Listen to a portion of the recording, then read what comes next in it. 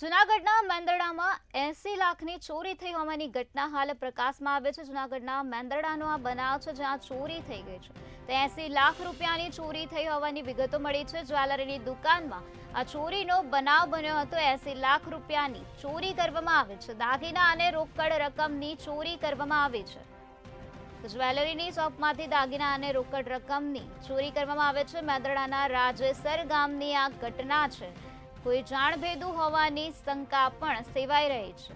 80 લાખ રૂપિયાની ચોરી જ્વેલરીની દુકાનમાંથી થઈ ગઈ છે, ત્યારે કોઈ જાણભેદુએ આ પ્રકારનું કૃત્ય કર્યું હોય તેવી આશંકા વ્યક્ત કરવામાં આવે છે। ગત મોડી રાત્રે આ બનાવ બન્યો હતો, ત્યારે પોલીસને જાણ કરવામાં આવી હતી। પોલીસ ઘટના સ્થળે પહોંચી છે અને આ સમગ્ર મામલે પોલીસ દ્વારા તપાસ હાથ ધરવામાં આવી રહી છે। પોલીસે સમગ્ર જિલ્લાની નાકાબંધી કરી લીધી છે। મેંદરડાના રાજેસર ગામનો આ બનાવ હાલ પ્રકાશમાં આવ્યો છે, જ્યાં જ્વેલરીની દુકાનમાં 80 લાખ રૂપિયાની ચોરી કરવામાં આવે છે। કોઈ જાણભેદુ વ્યક્તિએ આ પ્રકારની ચોરી કરી હોવાની આશંકા પણ વ્યક્ત કરવામાં આવે છે।